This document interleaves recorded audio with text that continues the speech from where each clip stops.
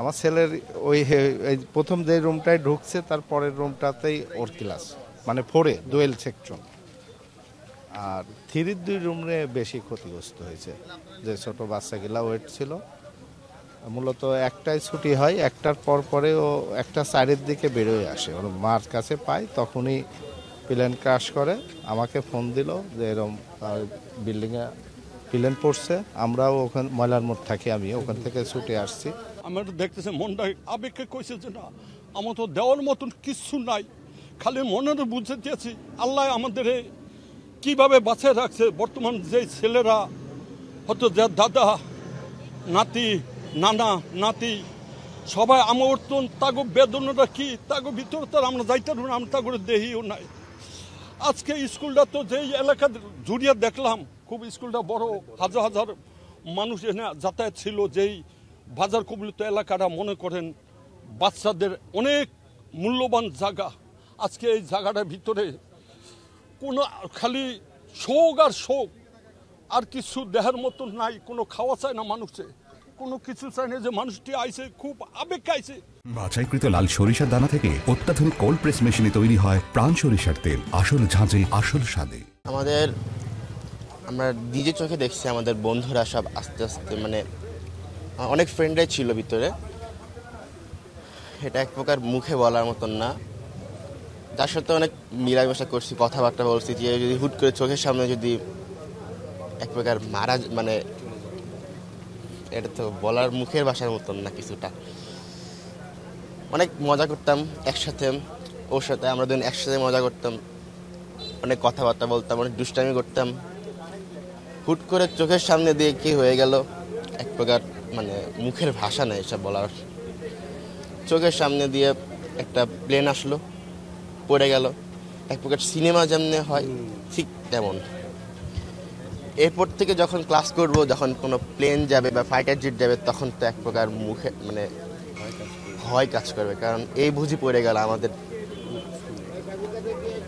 এটা তো মানে এক প্রকার কত মানে স্কুল শুরু হতে মনে হয় দেরি হবে, দেরি হলেই ভালো হবে না, মনের অবস্থা তো খারাপ।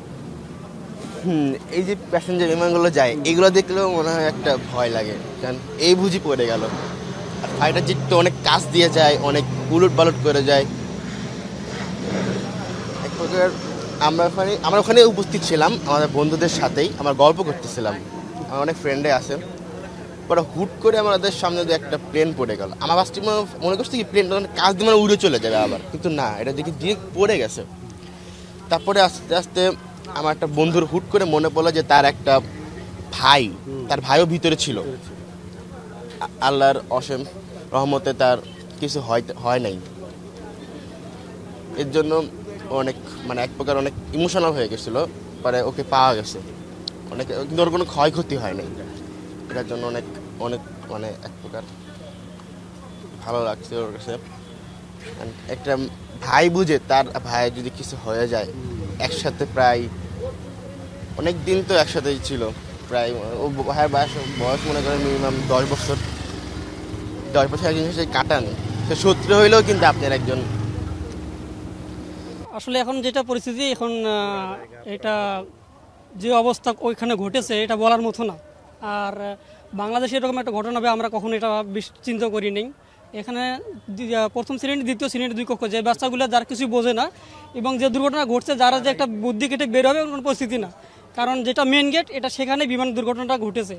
আর আউটসাইডে আমাদের মানে আমরা যেটা মিডিয়া দেখেছি যে সেনাবাহিনীরা যে মানে বাচ্চাদেরকে উদ্ধার করছে, দ্বিতীয় তলা যে সিস্টেমটা ছিল সেই সিস্টেমটা যদি নিচতলায় থাকতো তাহলে মনে হয় যে আরো খুব খারাপ লাগতেছে দেখার জন্য, কারণ এটা সরাসরি আপনারা মনে করেন যে মেন যে গেটটা, মেন গেটেই ওটা মেন গেটের। আর আপনার নিচতলায় যে হয়তো 2 সাইডের যে শিকটা আপনারা আছে, 2 সাইডে তালা মারা, ওখানে যে আগুন লাগার পরে যে 2 সাইডে যে বাচ্চাগুলো যে কিভাবে বের হবে বা কিভাবে কোথাও সুযোগটা ছিল না। খুবই খারাপ লাগছে, কারণ একটা ফ্যান দেখলাম, ফ্যানগুলো এইরকম হয়ে আছে, তাহলে একটা শিশু বাচ্চার তাহলে কি অবস্থাটা হয়ে গেছে ভাই। যে যুদ্ধ বিমান পুরনো, অনেক পুরনো একটা যুদ্ধ বিমান দিয়া পাইলটকে প্রশিক্ষণ দেওয়া, আমাদের সেকেন্ড প্রায়োরিটি যুদ্ধ বিমান, কিন্তু এটা কিন্তু ঠিক না। আমি আজকে এই জায়গায় আসছি সকাল 10টা বাজে, আসি দেখি গেটটা বন্ধ। আমি নীলফামারী থেকে আইছি।